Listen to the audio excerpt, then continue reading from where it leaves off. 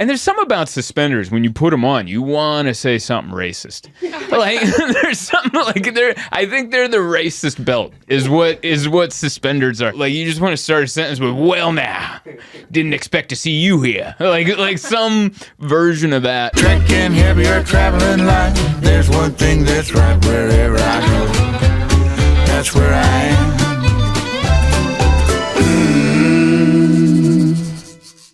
Hey everybody, welcome to the show. Welcome to This Week in Zoltan. I actually wrote down the episode number. It's 348.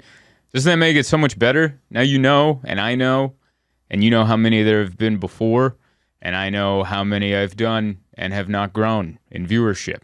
Isn't that something about podcasts? You're like, this is podcast episode 1250. We still don't have a sponsor. And but thank God, I figured out a way to continue my habit of podcasting by finding other means to pay for it. I don't know. I'm feeling good. I got Emma in the studio. We got Tom on the ones and twos. It was fun having you here last week. That's why I brought you back. Thank you. It was nice to be here. It was nice to have you laugh at stuff and then yawn at the end. That's why I'm here. Yeah. Your yawning lets me know when to wrap it up. I'm massaging my back. That's what I'm doing because I pulled a muscle in my back dancing at a wedding this weekend. That's where I was at. I was doing a lot of this action, a lot of pointing. This is me at a wedding. I like once, first of all, first part of the wedding, I was very nervous because I was best man. I had a speech to give, and this is my childhood best friend since we were 12, so it was like very important. And I was on nerves like that whole weekend. Mm-hmm. The night before, accidentally did shrooms. I was trying to microdose some shrooms, and then my buddy Jason, brought chocolates, and I thought he said they were microdose, and I'm like, how many squares? He's like, 2. So I took 2 squares, and then about 30 minutes later, there's like waves coming under my feet, and I was like, I don't think that's a microdose. And then I'd never done like a full ripper of shrooms. I think that's what they call it in the psychedelic community, a full ripper. And I just felt the waves coming, and I was like, oh no. And then slowly everyone's faces were upsetting me. And the bar had neon lighting, kind of like this stuff. So like everyone's face was a different color, like some of them red, some of them blue, and they would just come in close. And eventually I had to like go outside, and then all my friends came to check on me, like mother hens. They came to all check them. They're like, "Are you okay?" And which has made it worse because now there's a bunch of big glowing faces in my face. Are you okay? And I'm like, leave me alone. He just kept saying everyone's heads are too close. Yes, I kept saying that everyone's faces are too big and too close, and there's too many people for a conversation. Like I could only handle a one-person conversation. More people were coming in, and also it didn't help that every time I made eye contact. Because there's like everyone at the bar we knew. It was all people, we had just done the rehearsal wedding. So like, it was like 10 of us in there, and I knew everybody. But every time I made an eye contact with a different person in our group, they would just go, whoa. Because they would see my eyes, and I'm sure my eyes were just floating, just wide-eyed, and like, hey, I'm terrified. And they're like, whoa, are you okay? And I'm like, no, I'm not okay. And Dane, the groom, he's a drug professional, so his advice is just ride the wave, man. It's gonna level out eventually. And I'm like, no, it's not. I am drowning in the wave. Like he was on top of the wave. He was surfing like some neon monkey with like lizard fangs, and I'm in the wake of the wave, just drowning, hoping for the lifeguard to come get me. So we had to leave. We lasted about 30 minutes at the bar, and I had to get out of there. And we went to the Airbnb, and I just watched the curtains breathe. I saw the curtains had veins in them, and they were like pulsating, and that was cool. And then the sheets on the bed were like they were all crumpled, and it looked like a breathing nutsack. Like it just kept inflating and then deflating, all wrinkly, and then inflating and then deflating. And I loved that. And then we Uber Eats'd some Pepto-Bismol because I was about to throw up. And yeah, it was like a $25 Pepto-Bismol that we got. Mm-hmm. And you had to go out and pick it up, and the driver just looked at you like what the hell? He just gave me a look like, oh, that's for you. No, it's for the guy that's staring at the curtains who thinks he's going to throw up his $20 cheeseburger. because the shrooms have turned on him. But you know what it made me realize? Have you done shrooms, Tom? And I know Emma's done shrooms. Maybe. I don't think so. And did you have a good experience? Yeah, the first time was bad, but I didn't go crazy. And then I was like, all right, let me up it a dose. And then I was like, okay. It was kind of scary, but it ended up being okay. I couldn't do it if I did it at like a bar anywhere where there's a bunch of people. I did it like outside, right, on the beach with like one friend who had done it a million times in like the winter.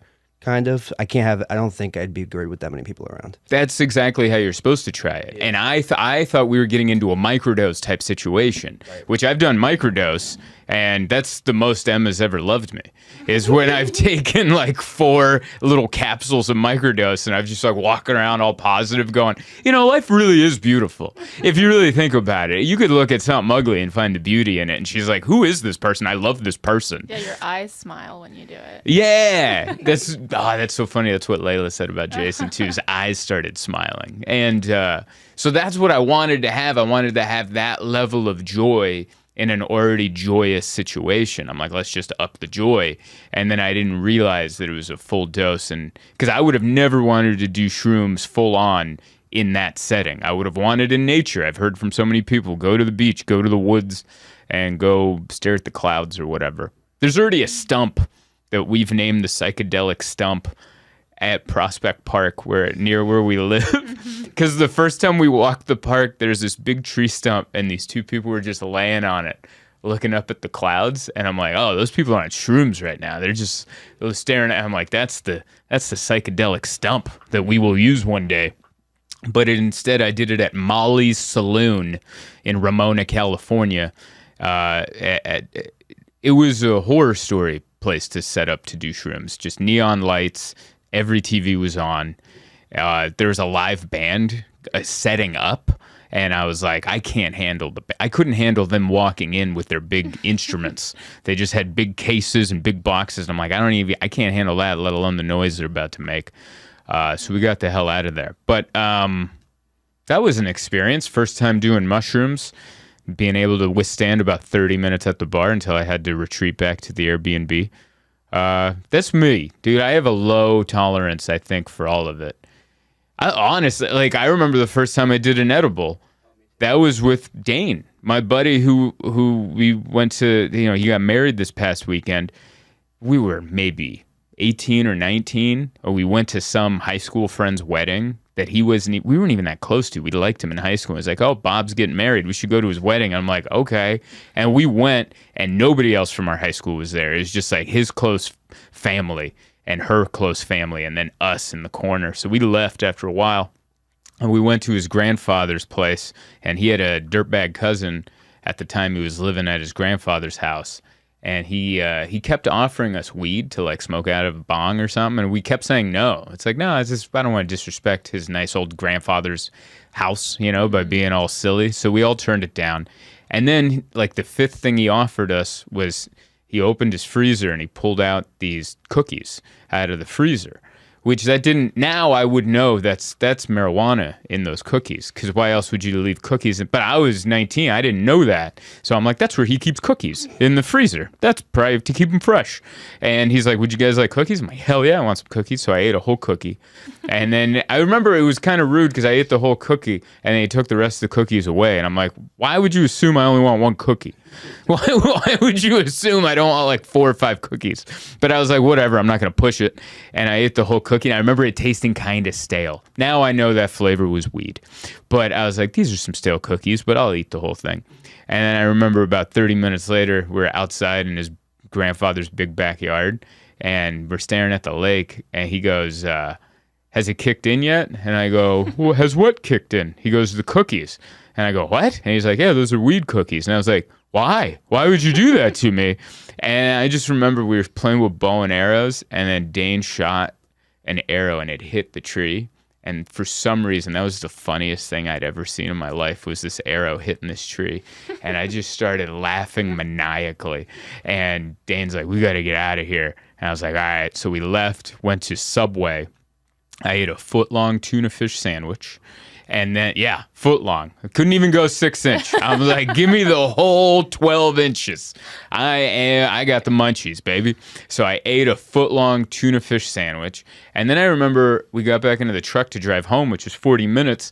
And that's such a long drive. Like, I remember in the beginning part of the drive, my eyes were crossed. I couldn't uncross my eyes. Every time I opened my eyes, they were crossed. So I just kept my eyes closed. And I remember one time we were on the freeway and I opened my eyes and I see Dane driving like this, like Cheech and Chong, like nose to the wheel. And I look and he's doing 50 miles an hour on the interstate. Speed limit there is 65. Everyone drives 80. And he's doing 50. And I go, you're going too slow. You have to speed up. And I remember he took a long pause and he's like, feels like I'm hauling ass. And I was like, no. And then I crossed my eyes again and just fell asleep. But really, I was just in my head, and I was imagining me vomiting marbles for some reason. And then I opened my eyes again, and he had missed our exit. So I said, dude, you got to get off. You missed the 78. And then he got off, and we're driving, and I go, you need to pull over. I got to throw up. And he's like, now? And I'm like, now, dude. And he almost pulled over in the middle. And I'm like, the shoulder, dude, like not in the median, on the side. And he pulls over, and he didn't pull over quick enough. So I just like blew foot-long tuna fish sandwich all over myself, all over the side of his pickup truck door. And then I'm just like, but there's more coming. It's 12 inches. So that first blast was only like 2.5 inches of this stuff. And then I open the door, and I'm just like vomiting hardcore out onto the street, and I just hear Dane going, I thought he was saying police. The police are behind us. But he was actually going, please stop throwing up. That was his way to get me to stop throwing up, was just begging me to stop. And then after that, he's like driving back to his parents' house. We both still lived at our parents' house, and now I'm covered in vomit. And then we get to his house, and I get out of the car, and I start following him to his house. He goes, where are you going? And I go, I don't know, can I go inside and clean up? He goes, no, dude, you can't come into my house. If my parents are going to know we're all messed up. I'm like, well, can I at least hose off the side? And he's like, no, dude, get out of here. So I'm just covered in tuna fish. I have to get in my car. I drive home like this. I get back to the trailer park. I take my shirt off, and I just throw it in the dumpster because I'm like, well, that's done. So then I'm trying to sneak into my mother's house without a shirt on and with vomit on my pants. And I come in, and my little brother, who's like 2 years old at the time, or no, he must have been a little older than that, maybe like 4. He was like all the way in the kitchen down this long hallway, but my mother's not there. I'm like, this is excellent. I can sneak in to my room, and she won't know, and I can just pretend I don't feel good and sleep. And she goes, my little brother's sweet little voice, what happened to your pants? And why aren't you wearing a shirt? And my mother's like, what? And so she just sees me, and I got a giant wad of puke on my pants, no shirt on, no undershirt. So I'm just coming in tits out. And my mother and her, she's like, Zolika, what happened? And I go, I had a bad tuna fish sandwich, and I threw up. And she goes, oh, my boy. And I go, yeah, I'm gonna go to sleep. I don't know why I have the accent. I'm gonna go to sleep. I gotta get out of here. And then I just remember I slept for like 12 hours. And that was, yeah, I don't know what it is, man. Dane's gotten me. That wasn't even his fault, the mushrooms or the weed. But for some reason, when I'm around him, these stories tend to pop up. So like, that wasn't the most heartfelt story of Dane and I, but like his wedding meant a lot to me. He's my best buddy from when we were 12. So I was like worried about the speech. I was worried about doing the best man duties well, you know. I was like, oh, I'm going to mess up and forget to bring the suspenders or something. That was our outfit. We had suspenders, a white shirt, blue slacks, and I'd never worn suspenders before. You ever worn suspenders? They're the closest I've ever felt to what women go through when they wear dresses, where they're just constantly adjusting. Like, it keeps sliding off your shoulders. Like, because everyone's not built like Larry King. Remember Larry King? He had like a weird camel hump shoulder, whereas like his shoulders were big, then it drooped down, then his neck came up. So his suspenders just sat perfectly in his valley of scoliosis or whatever he had going on. But most people don't have that. So this thing would just keep sliding off throughout the evening, even no matter how tight you made it. You'd like move or dance. So the entire time we're just like readjusting. And there's some about suspenders, when you put them on, you want to say something racist. Like there's something like I think they're the racist belt is what suspenders are. You just want to go, like, you just want to start a sentence with, well, now, didn't expect to see you here. Like some version of that. So suspenders are a mixture of like wearing a dress and adjusting the straps, with a little bit of that Southern racism kind of just sprinkled in. It's the attire for that. But the speech ended up going well. I was nervous for it, but it went good. Told some stories, got out of there, and then once the speech was done, my stress levels came down, and I started dancing, and I pulled a muscle in my neck. That's what happened. I pulled this one muscle. It starts in my neck, and it goes down to the middle of my back. And I don't even remember doing it, but it was probably one of these. I just remember I was clapping a lot, and the way I was clapping, you were like, you look like a dork. Like, what are you doing clapping? It was a lot. I was having such a good time. It was just a lot. I was such a good time. I had drinks. It was so fun. There were cigars. It was exactly what you want from a wedding. It couldn't have gone any better. So it was a wild weekend. We had a little bit of everything out there. And then we also went to, we had that show in Salt Lake City. I did a private event for a group of structural engineers in Salt Lake, and that went better than it should have.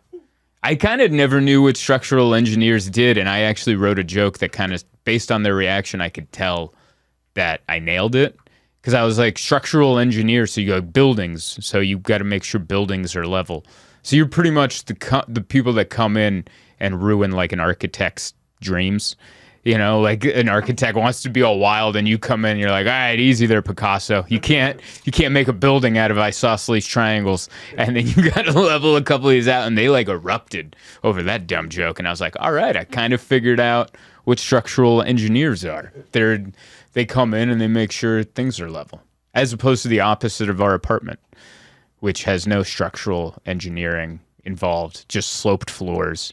It's awful. Yeah. Our bed is broken. We talked about this on the other podcast. Our bed is like this. We sleep on a hill. Yeah, we sleep on a diagonal hill, and so it's ruining our mattress. We bought a new mattress, but now it's all lumpy and uneven, and it has to be because the floor is uneven, because that's the second mattress we've ruined since we've moved in. So, yeah, I was trying to make friends with these structural engineers. But it's just so funny when you have to win a group of people over. You know, like if someone goes to a comedy club and sees you and in the background it says Gotham behind you, or they went to the cellar or whatever, and you're there, they assume you're going to be good. There's an assumption of talent because they bought tickets, they showed up.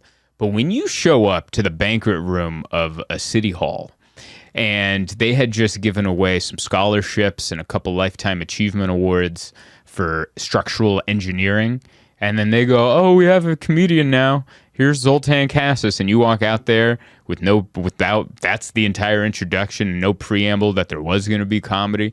It's the first 10 minutes is just proving you're funny. It's just like, trust me, I'm going to try, and you're going to have to meet me halfway. And there was just a moment there, like there was a few beats where I'm like, I could go without all this. Genuinely. There was like a bored 13-year-old girl in the front. Remember I sent you a photo while you were at the hotel? I sent you a photo, and she was in there, and she was bored during the speeches, and her demeanor didn't change when I came up. She just thought it was going to be more speeches, and she didn't get any of the jokes, and she just stared at me. I could see in her eyes, she was like praying I could turn into Taylor Swift. Like, she's like, man, if you could turn into a tall blonde woman playing the acoustic guitar, you would really cheer me up. And I couldn't do it. I just had to continue being myself. But we survived. We got out of there, clogged the toilet at the hotel because they shut down the water. That's happened to me so many times. Because I hold a number 2, knowing that there's going to be a hotel bathroom coming up. And then I got into the hotel and then did my business, went to flush the toilet. Nothing happened. turned on the sink. Nothing happened. And I yelled out to Emma, I go, call the front desk. I think the water's turned off. And she goes, yeah, the water's going to be off for a few more hours. And I go, great. Well, this is staying here, and we're not using the bathroom. And You couldn't close the door either. I couldn't close. It was one of those. It was one of these these cool doors where it's a slider. It's not an open hand. They put it on these big. Well, apparently this thing had gone off the tracks. So it's like those crappy closet doors from the 90s where those got off the tracks, except this door's huge and heavy. So I'm like using all my might to close this door to keep this turd smell in this one quadrant of the hotel, and had to leave it there for a few hours. So it was an adventure. It was an adventure. Did some shows in front of some structural engineers. Did some shrooms. Had a great time at the wedding. What else did we have? We had a stinky guy on the plane. Ooh, that was so bad. Yeah. This dude, out of all the stinky people I've come across in my life, this one's the worst, and by a lot. Like, this guy smelled so bad, there's no second place in my category. Same here. Yeah. I don't have a second place. And it was that third world stink. You know, when you're on an airplane and you're like, oh, you came across an ocean. Yeah, like this isn't a domestic BO smell. This is from a country where things are not going good. Like, this is where this smell's coming from. And I'm not going to tell you what country. I'm not even going to tell you what they look. You know exactly who I'm talking about. Think of the last time you flew and you're relating to this part. You know exactly who I'm talking about. And this dude came on, and we smelled him before he got to me. All right, Emma and I were not sitting together. She was a row behind and over. And we were texting, and then I smelled this dude 4 people deep. He had a preamble stink, which usually the stink comes at the moment they're here and after they pass you, kind of like a truck going by, and then the wind catches you. Not this dude. He had a preamble stink. That means he had a hemisphere of stench to him that came to you before he showed up, which is extra impressive. And he came by, and I'm like, oh, man, that is rancid. And he left, and the stink stayed. That's how much he smelled. He would leave, but his essence was still there. And everyone's upset. Everyone's like, because I noticed it first, I think, and then I just noticed everyone else going, damn it, what is that? But they're not saying it. They're saying it with their face, but no volume, and just darting their eyes around. And once they realized who it was, they're like, why would you do this? Why would you do this to anybody? You know, like that's the kind of confidence I want, to know that I don't even know how to describe the smell. It's almost like they took a sick goat and filled it with every herb known to man and then hit it with a bus. And then that thing died in the sun. And then you came by a week later, and then everyone's eyes were just watering. And this guy sat 2 rows behind me, and I could still kind of smell him. That's how bad it was. And I remember I had to get up to let someone in my row in, and I looked back, saw where he was. He had a window seat 2 rows behind me, and there was a girl sitting in the aisle, and I made eye contact with her, and she had the saddest look on her face. Her eyes were watering, like she was chopping onions, and she's like, what do I do? She was almost like a desperate plea to anyone she could ever make eye contact with, like, what now? And I just like, I don't know. And then I sat down, and then she sprung up and went to the front of the plane. I thought she was going to tell on the guy and go, hey, you got to get the stink monster the hell out of here. We're going to die. We're going to die. And no, she went up and got a mask. She got a mask and put it on. I'm like, that ain't going to do nothing, dude. That might keep some COVID spores from coming in, but that's not bringing in that's not holding out any stink. It's not a K95. This was I'm a barista and we're trying. Like, this was one of those masks. And she sat down, so now she's got a mask on. And then I remember before we took off, I looked up to see if anyone had that middle seat. And there was a middle-aged dude who had that middle seat. And he just had this, like, I can't even explain it. He had a look on his face that was almost like, what did I do? What did I do to deserve any of this? Like, I didn't do anything. I was just trying to fly home. Maybe I shouldn't have bought the Delta economy ticket where I board last and they sit you next to third world stink. But it was rough. It was rough. It was a long flight too. 5 hours. Yeah. It was, and it didn't get better, dude. It did not get better. It was a relentless stink. It was like, you know when you eat kale that's not braised, and it's hard to eat, and the more you chew it, you're like, it's just enough to swallow, but it never gets soft. It's just raw kale. That's the best way I can describe how that person smelled. Relentless. It was like oh, maybe I'll get used to this in an hour. No, you won't. It will find a new way to stay relevant and fresh in your nostrils. It was incredible.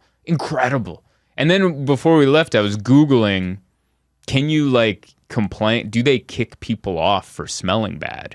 And I sent you that article when I was sitting there, because there's so many articles of like stinky people getting kicked off of flights. It's a thing. If enough people complain that someone's like ruining the air quality, that's how they put it, which is that's more offensive than you smell.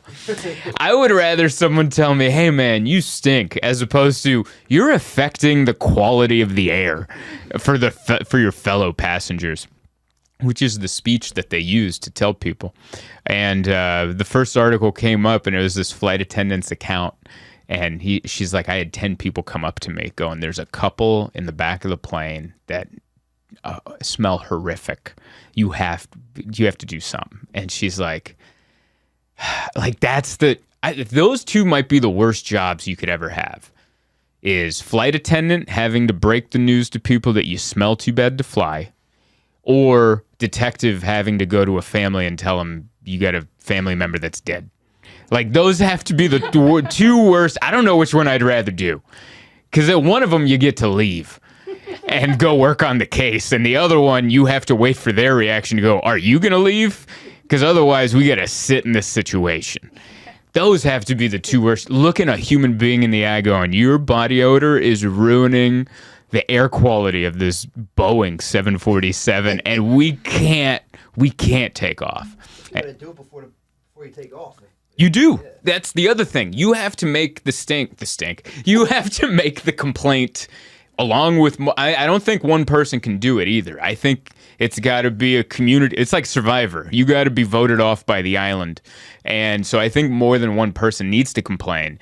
And then I think the flight attendant needs to go check it out, like talk to them. But really, I think they're just doing a whiff test of their own. And then they got to go tell the pilot. And that was the thing in this article. So she went up to the couple, and she's like, good Lord, they smell. And she's like, it was the worst thing I've ever smelled in my entire life. That's how she described it. And then she had to go tell the pilot. And she goes, it can go one of two ways. The pilot can either be like not care because he's got his own air in his little cabin up there and go, well, deal with it. We're about to take off. Or he can be cool and go, all right, yeah, let's get them off the plane.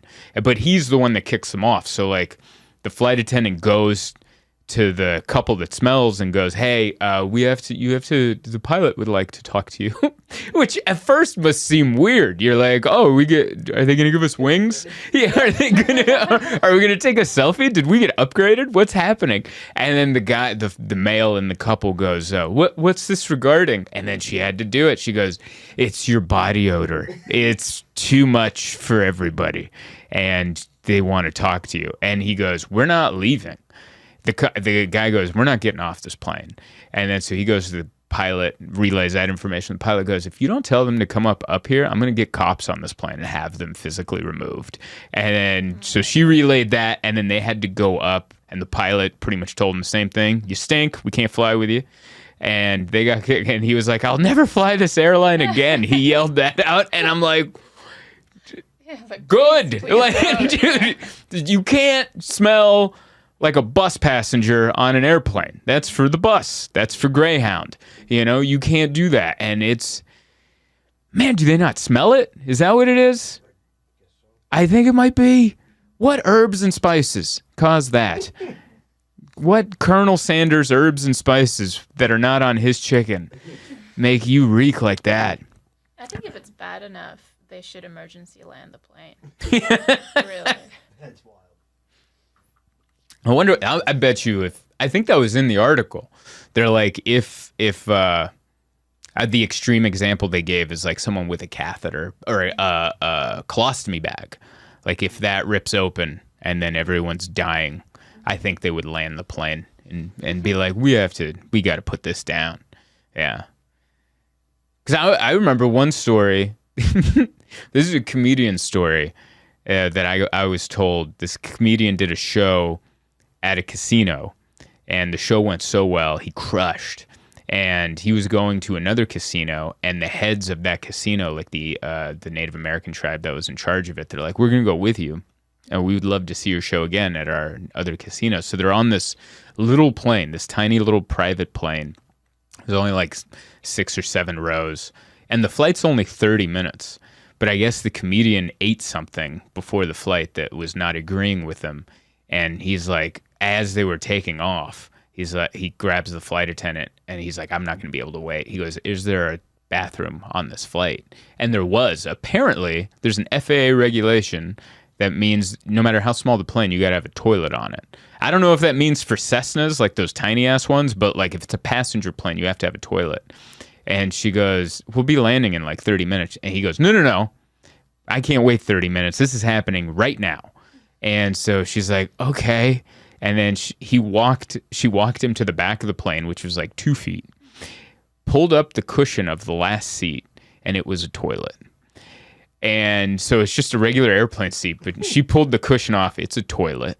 And then she pulls up a privacy screen, which only goes up to here. So his head's sticking out for everyone else in this tiny plane, and unleashes what only you could imagine would be so bad that you can't wait 30 minutes for it to land. And he goes, people are gagging and coughing and dying. And they're trying to circulate air. They're like, we're going to circulate some air, but it's circulating the same air. So they got reprieve for like 10 seconds, and then it came back with the vengeance. Like, there's not enough Febreze. I don't care how many dryer sheets you have in the vents. Like, it's going to come back what it is. And then he landed. And supposedly the higher-ups from the casino didn't come to his show that night. All those people on the plane skipped his show that night because they had the flight from hell, man. Yeah, that's quite enough of that. There's nothing better than bad smell stories, because I think everyone can relate. There's something about, you know what's so funny? I actually felt bad for the guy, because there was a part in that flight where I couldn't smell the smell. And I was like, that poor guy, he's probably traveling from a long way. He's headed to Salt Lake for whatever reason. And we're all here, like, and he stinks, and he just couldn't help it. And I felt bad for him. And then when we landed, he got up to get his bag, and I smelled it again. And I'm like, I hate him again.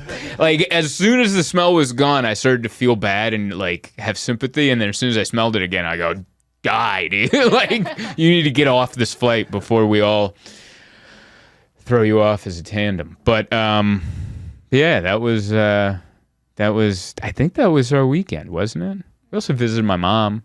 That was cool. She's a nice lady. She's very nice. I remember my mom likes to brag about how much money she saves. She told us where she keeps the cat. I guess I shouldn't say that on the podcast. My mom doesn't trust the banks. But I just remember we were sitting there having lunch, and my mom's like pointing out all these things that Carlos, my brother's dad, built by hand, you know? And then I pointed out the table, because I remembered the dinner table was this glass top that I guess broke. And then he put a wood piece over there and painted it. And then my mom's like, oh yeah, he did that. And then she goes, you know these chairs? And she pointed at the matching chair set. She goes, they're from the trash. Like, Emma just starts laughing, going, because that's not what you expected. I thought she was going to say, oh, he made them by hand or something, or they're imported from Turkey. He found them in the trash, and then he fixed. Oh, you can't tell. And I was like, Jesus, Mom, all right, yeah, tell Emma. Real wood? It's real trash wood. That was her point. She's like, if you buy like some IKEA thing, it's like that compressed wood chip crap, and she goes, no, this is real wood, but it was in the trash for quite a while, and but we refurbished it to make it something. So it was good to see. Yeah, it was good to see my mom. Did she do anything else? Cash in the Tupperware? Yeah, she had cash in the Tupperware. We can't tell. Well, it's not like people know where she lives, but she's like, my mom's always hid cash in Tupperwares, and I used to do a joke about it, which was true, because she would be like, if I die, the Tupperware cash is in the closet. And then she would move it every couple weeks and tell me where it was. It was like her version of changing the passwords. Like, she'd be like, this week it's behind the couch. And now she changed it to where it's this Tupperware with like that's mislabeled. What did she mislabel it as? Rat poison? Cockroaches, rat poison, and like something else. Like you would keep that in this whatever, but that's and she's like, this is where it is, just in case she ever Throw does. the thieves off. Yeah, it's in case anyone breaks in, that'll throw them off the scent. Oh, we're not interested in cockroaches. She could have put something else. She could have just put like miscellaneous tax paperwork or just something boring, you know? Isn't that? I don't know. That's who my mom is. What else do we do? I'm still on the search for a good boxing gym. That's we were talking about that. I'm not going to say the name of the one I am currently going to. I've gone to a few in the city, but I feel like I almost want to open a boxing gym myself. I think it's kind of how Vince Vaughn's character ended up opening Average Joe's gym in the movie Dodgeball, because he was like, oh, that gym's too douchey. This gym's not right. Yeah, It's my favorite comedy of all time, Dodgeball's great. and no one else is with me on that. I'm not gonna say my favorite of all time, but That's why everyone's like, "Are you sure your favorite?" I'm like, "Yes." I think it's the funniest script ever written.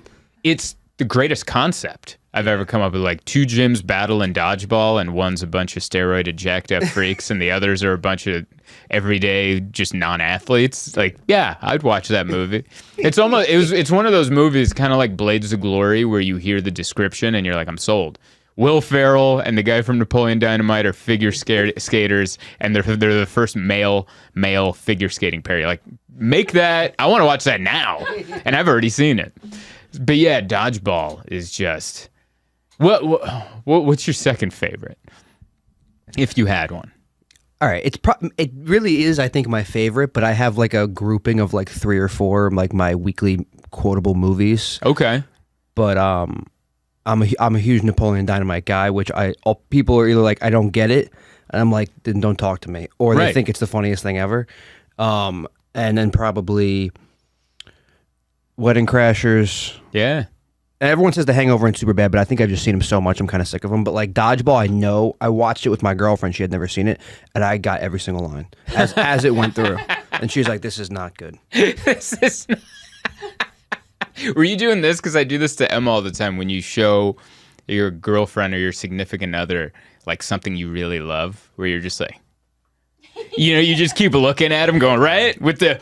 Check this part out, All the time. and and you're kind of ruining the movie for them. Yeah, she's like, it would have been better if you didn't do that.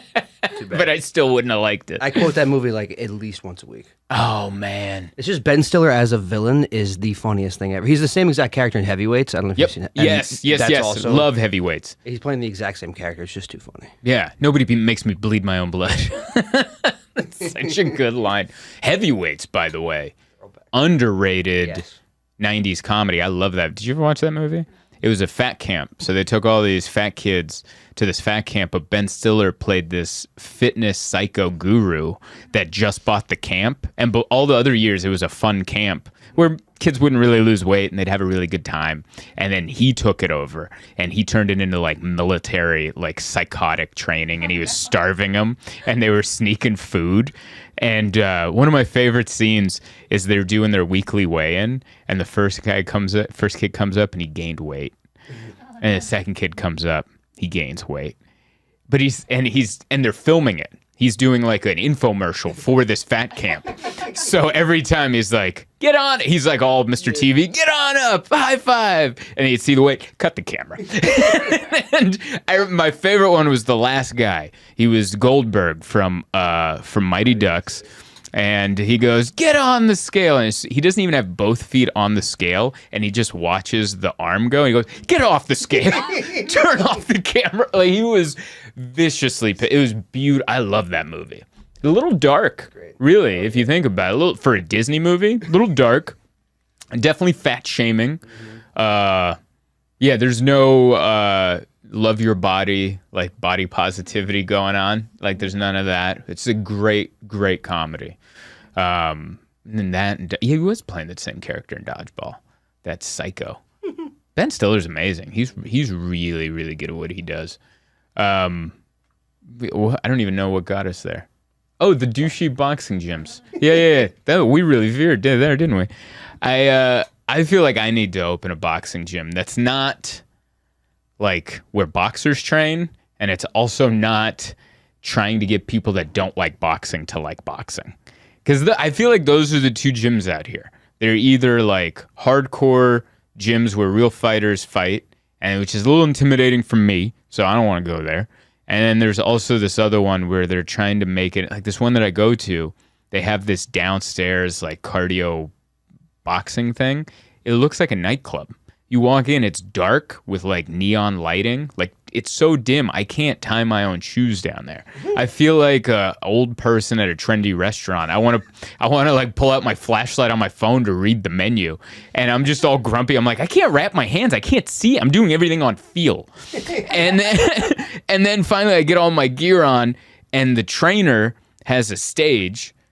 And he's yelling out what we do, but he's also the DJ. So they're pumping club music, just bounce, bounce, bounce, bounce. And then the beat will stop. The music will stop. And he goes, all right, now left hooks, bounce, bounce, bounce. And then now you're doing left hooks. All right, now dip into. And then I'm like, this is embarrassing. You know, like the trainer was wearing boots. Like he was wearing shorts.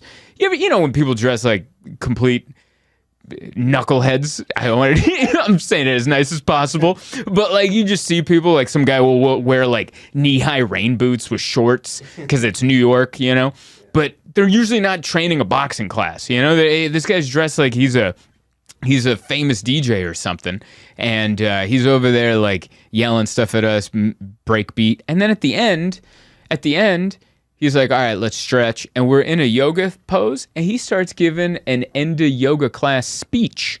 I don't know if you're familiar with like an end of yoga class. If you go take a hot yoga class at the end, while you're in, what's the pose called? Where you're crisscross. Yeah, you're in Shavasana. And usually, you know, the girl who's teaching the class, usually it's a girl, will have like a top knot. And she'll give you some speech of like, you know, I realized how important it is to have gratitude. I just taught a yoga class in Mexico, and none of the children had any feet. And I just realized that we should be so thankful for our feet because there's no kids down there that have any feet. And namaste. That's actually, that speech that I just told, kind of what I heard once at a yoga class. There was some version of like the kids had injured feet.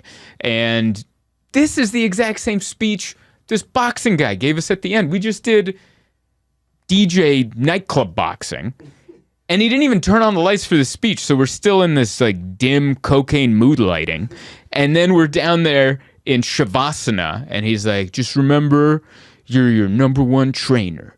If the world's gonna try to bring you down, but you can bring yourself up. And I'm like, shut up.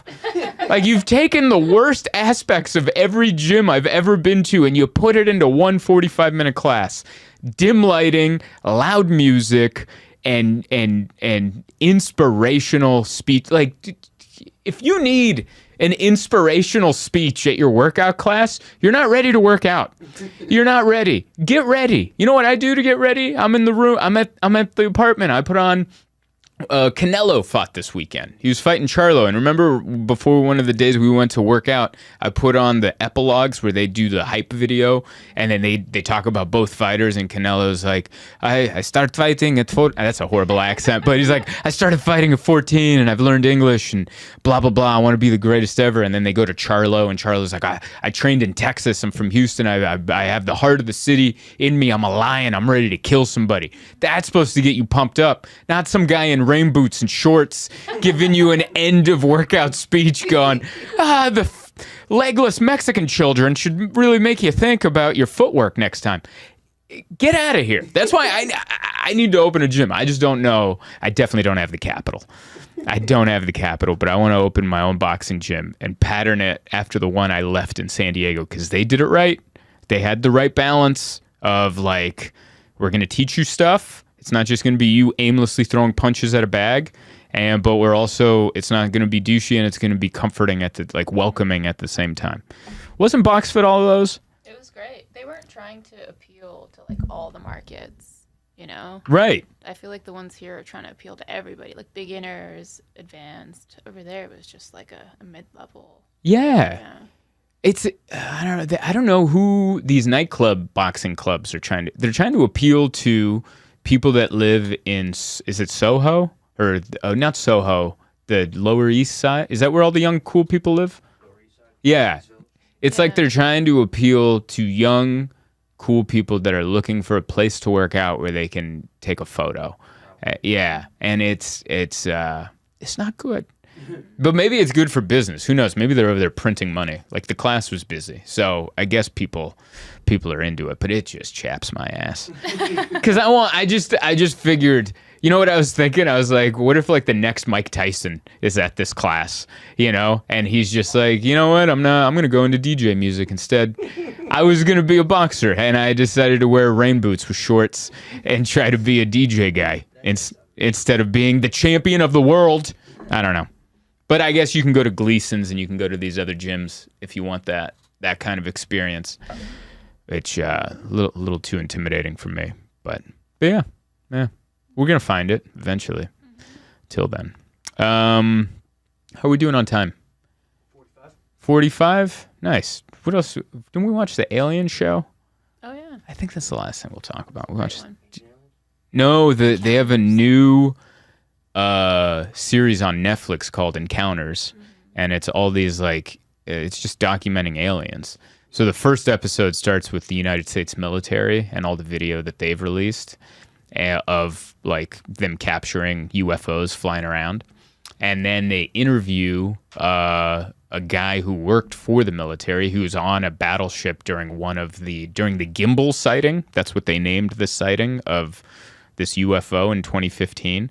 And then they interviewed him, and then he said after that happened, he was obsessed with the video, and he got a promotion to where he had to move to the Pentagon, I think, and he became a higher level security analysis person.